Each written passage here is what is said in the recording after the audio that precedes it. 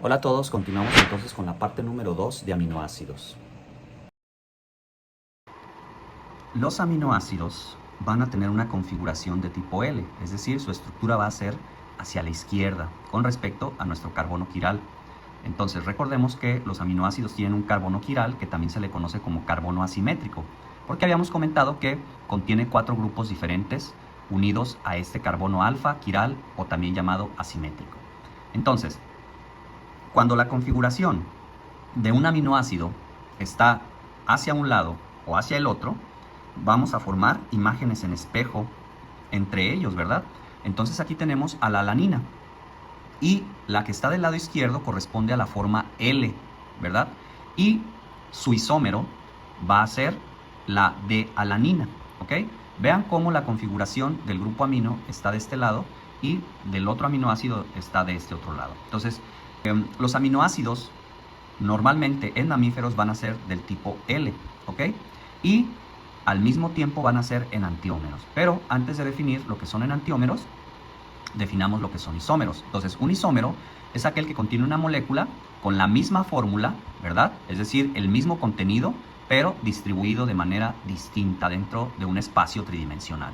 Entonces, en este caso, estos son isómeros, pero también son enantiómeros. ¿Qué quiere decir enantiómero? Que son imágenes en espejo, ¿verdad? No superponibles, tal cual como son las manos. Las manos son imágenes en espejo, pero no superponibles cuando las ponemos en el mismo, digamos, en su misma frecuencia o distribución en el espacio, ¿ok?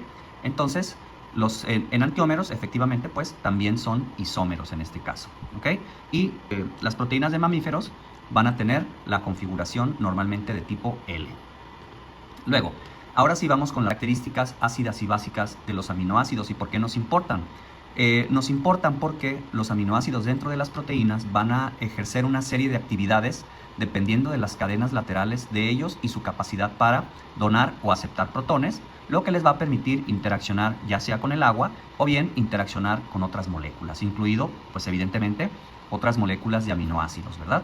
Entonces, tenemos nosotros algo que se llama ecuación de Henderson-Hasselbalch y esta va a ser importante porque les va a permitir a ustedes determinar la concentración de un ácido débil, que está aquí representado como HA, y su sal o base conjugada, que está representada aquí con una A y un signo negativo.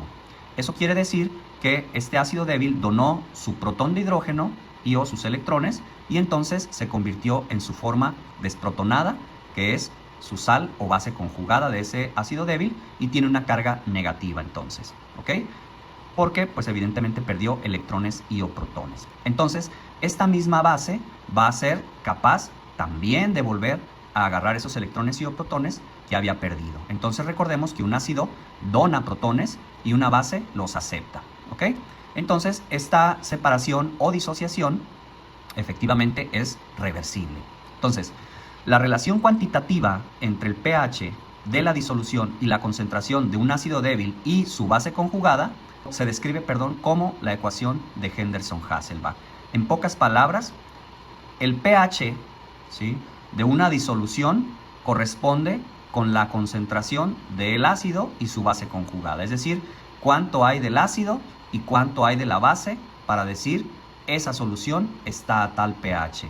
¿Y por qué nos sirve conocer el pH de una disolución y saber efectivamente la concentración de ácidos y de bases?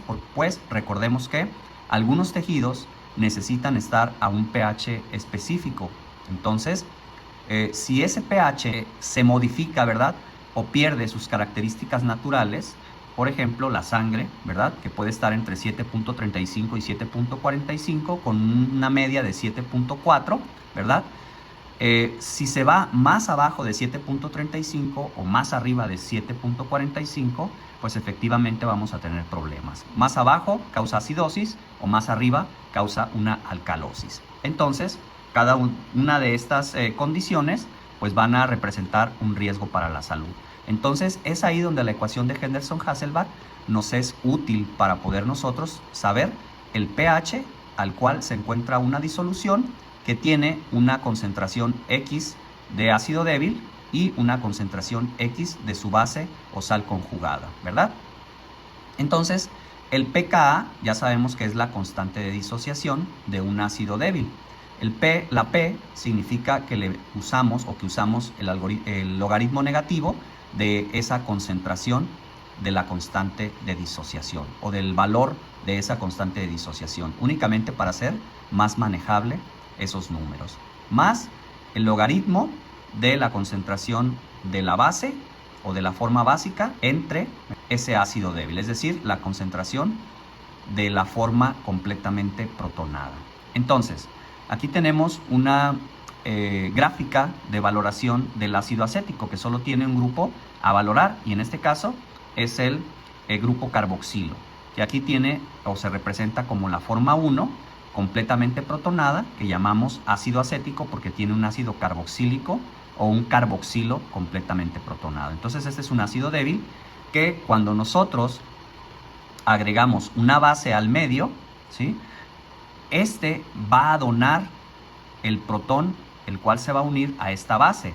Recuerden que las bases van a tener una carga negativa y van a atraer a los positivos, entonces como que si lo jala y estos dos se van a unir, entonces 2 hidrógenos más un oxígeno se van a liberar en forma de agua, y esta forma 1 se va a convertir en su forma 2, que es el acetato, y este acetato pues está desprotonado y adquirió una carga negativa porque perdió ese protón y o electrón de hidrógeno, ¿ok? Entonces da lugar a su sal o base conjugada. Recordemos que este proceso es reversible y cuando este pierde el protón, pues si ustedes agregan ácidos, lo vuelve a recuperar, ¿verdad? Porque ahora tiene carga positiva el protón y la carga negativa del carboxilo o del carboxilato, mejor dicho, se van a atraer y entonces va a dar lugar nuevamente a la forma completamente protonada. Entonces, esto nos lleva a las características reguladoras de una sustancia, ¿verdad? Entonces aquí estamos valorando al ácido acético y normalmente cuando resisten el cambio de pH a través de esto que estamos mostrando ahorita, es decir, agregar una álcali o una base o agregar un ácido, no van a tender a cambiar tan drásticamente su pH. Obviamente, si nosotros seguimos agregando más bases, ya la solución se va a convertir en una solución completamente o casi completamente con la forma 2 o alcalina, ¿verdad? La base. Y o si seguimos agregando ácidos al medio en lugar de bases, pues entonces estas formas, ¿verdad? Tanto la 1 como la 2 van a ser diferentes. Si seguimos agregando ácidos, la forma 2 se va a convertir casi completamente en la forma 1 y entonces vamos a tener la forma más ácida de este ácido débil, ¿ok?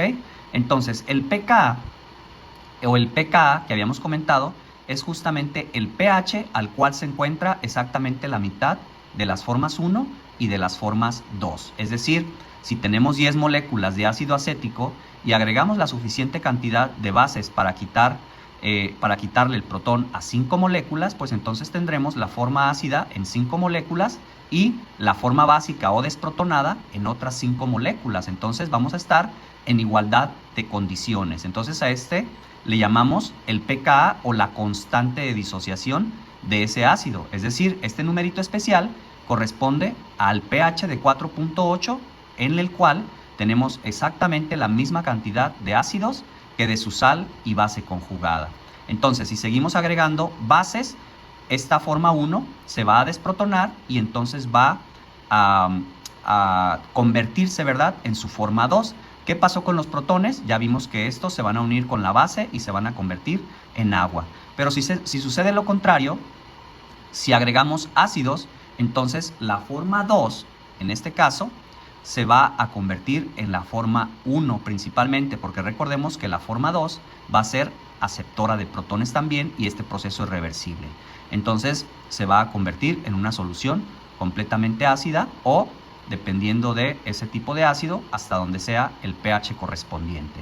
Entonces, esta región que vemos aquí en naranja corresponde con la región reguladora, ¿verdad? O región de la solución reguladora o tampón, ¿verdad? O amortiguadora. ¿Por qué? Porque va a tender a tener una cierta capacidad para amortiguar el cambio de pH, pero hasta cierto punto. Entonces, si la constante de disociación es 4.8, vamos a tener una cierta capacidad hacia la izquierda, es decir, hacia la acidez, y una cierta capacidad hacia la derecha, hacia la basicidad, para poder soportar ese cambio de pH cuando agregamos bases o cuando agregamos protones. Entonces, eso es aproximadamente un punto correspondiente en la escala de pH hacia la izquierda o hacia la acidez, y un punto hacia la derecha o hacia la basicidad. Entonces, si la constante de separación o disociación de ese ácido es 4.8, quiere decir que aguanta el pH hasta 3.8 si le agregamos ácidos, o si le agregamos bases hasta 5.8, ¿ok? Entonces, esta capacidad amortiguadora no sigue más cuando le agregamos o más bases o más protones. Ya no es capaz de amortiguar y entonces se pierde la forma 2 o se pierde la forma 1 dependiendo de si agregamos ácidos o bases, ¿verdad?